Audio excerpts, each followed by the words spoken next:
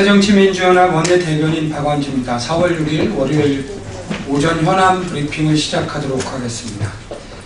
자원외교 국정조사 문재인 대표가 출석을 결심했습니다. 자원외교 5인방도 못 나올 이유가 없습니다. 내일이면 자원외교 국정조사의 활동 시한이 완료됩니다.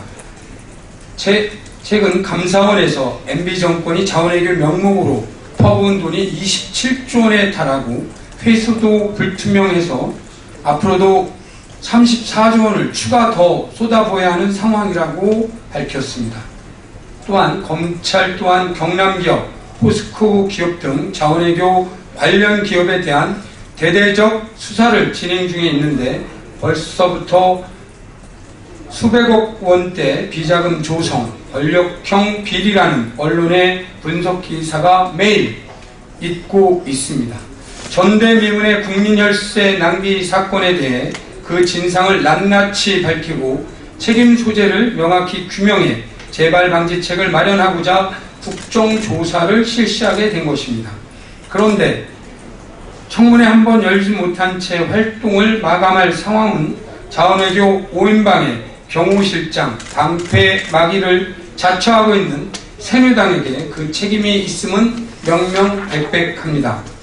오늘 새정치민주연합 문재인 당대표가 진실을 밝히는데 성역이 있을 수 없다며 새누리당의 증인 출석 요구에 응하기를 결심하셨습니다. 국정조사가 새로운 국면을 맞이하게 되었습니다.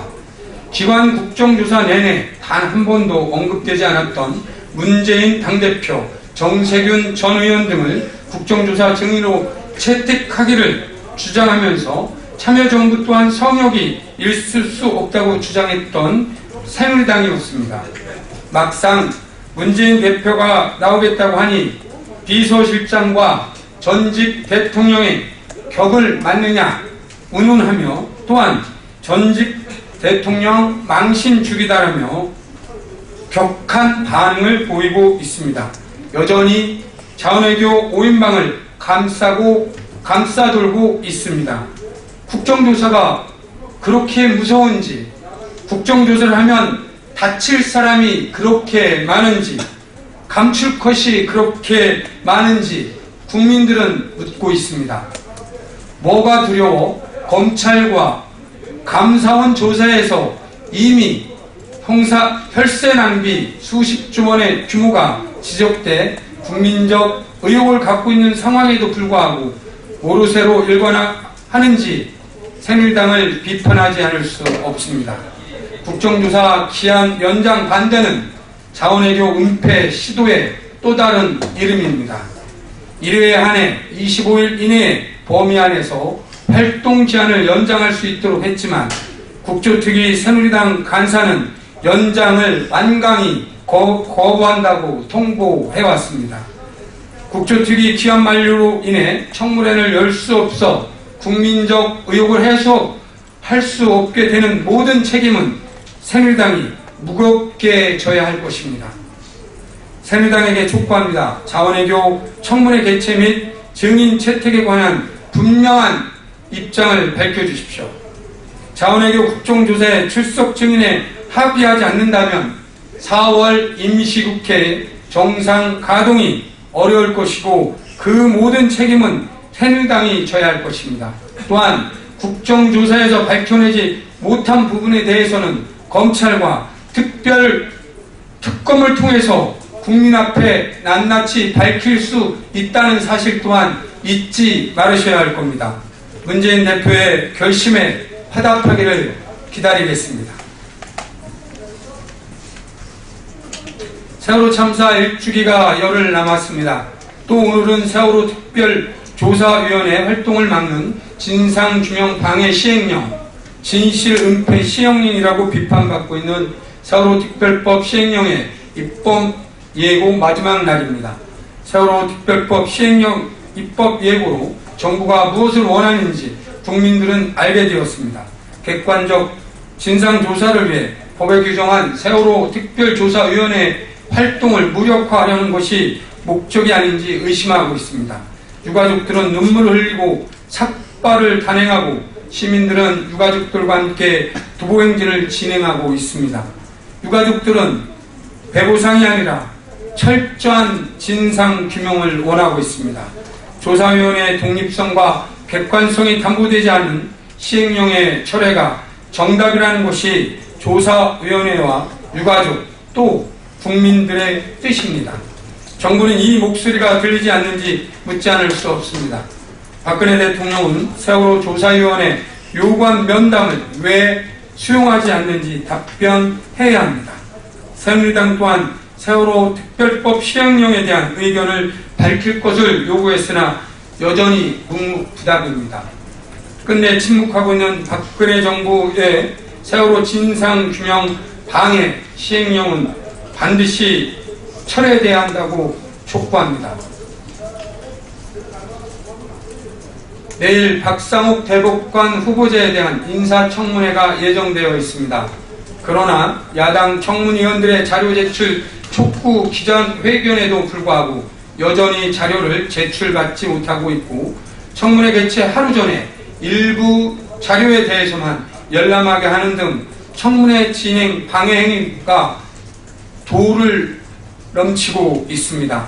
새정치민주연합은 박상욱 대법관 후보자의 적절성에 대해 애초부터 반대하고 있었고, 특히 청문회 개최 어렵게 합의하며 후보자가 관여한 박종철 열사 고문치사 사건에 관한 수사기록, 공판기록 등 일체의 자료에 대해 충실히 자료 제출할 것을 전제하였습니다.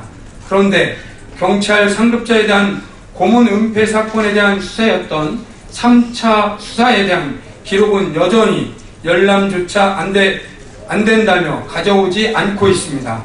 정부는 자료 제출 지연 및 자의적 자료 검열로 국회 인사청문회를 무력화하려는 시도를 중지해야 할 것입니다. 국민 권리를 보장해 사법기구 최고 권위자인 대법관 후보자의 자질과 도덕성을 검증하기 위해서는 충분한 자료와 이를 검토할 물리적 시간이 반드시 필요합니다. 때문에 정상적인 청문회 진행이 어려움은 분명하고, 충분한 검토를 위해 청문회 계획수를 변경해 추가 청문회 개최 등이 필요할지에 대해서 논의할 것입니다. 다시 한번 강조합니다. 정부는 청문회를 위한 관련 자료를 즉각 제출해야 합니다. 또한 새누리당 또한 추가 청문회 개최 일정에 대해서도 진지하게 고민해야 할 것입니다. 오늘 국회 기획재정위원회에서는 13월에 세금 폭탄의 정산 시점을 넘겼지만 분석 작업이 오래 걸려 비난받던 2014년 연말정산 검증 결과가 비공개로 보고됩니다. 정부가 약속했던 시간보다 많이 지체되고, 또 예측치와 다른 세부담에 대해서는 5월에 돌려주겠다고 한 약속이 지켜질지 걱정되지만, 야당의 요구에 빠르게 응한 것에 대해 다행이라고 생각합니다. 다만 야당이 보고 지연을 지적하자마자 보고하겠다는 것은 정부가 타이밍을 보고 국회에 대응하고 있는 것 아닌지 의문스럽습니다. 모든 경제정책은 경기 회복에 맞춰야 할 타이밍이 무엇보다 중요하지만, 돌려받고 토해내는 민감할 수밖에 없는 서민 세금, 주머니 세금을 대상으로 발표 시점을 놓고 이리저리 재보는 모습은 정부로서 당당하지 못하다는 점 지적하지 않을 수 없습니다.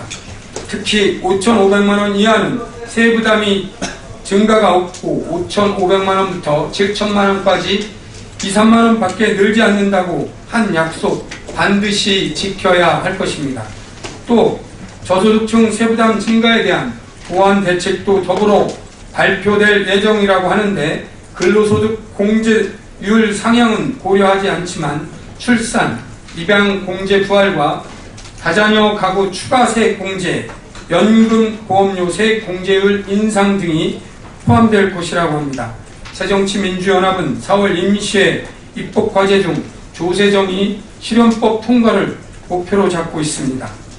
의료비, 교육비의 세액 공제율을 높이고, 일부 세액 공제 항목에 대해서는 소득 공제로 환원하는 소득세법과 법인세 정상화를 위한 법인세법, 최저한세액에 미달하는 감면 배제 기준을 높이고 과세 표준 100억 초과 시에는 상향하도록 하는 조세 특례 제한법 등이 이미 발의되어 있는 만큼 조세 정의 실현을 위한 개정안을 반드시 사흘 국회에 통과시키겠습니다. 내년에는 기업은 배부르고 서민은 쥐어짜는 세금 대책이 되지 않도록 13월에 세금 폭탄이 된 연말정산 보완을 위한 세법 개정이라는 과제를 이번 임시국회에 해결하도록 최선을 다하겠습니다.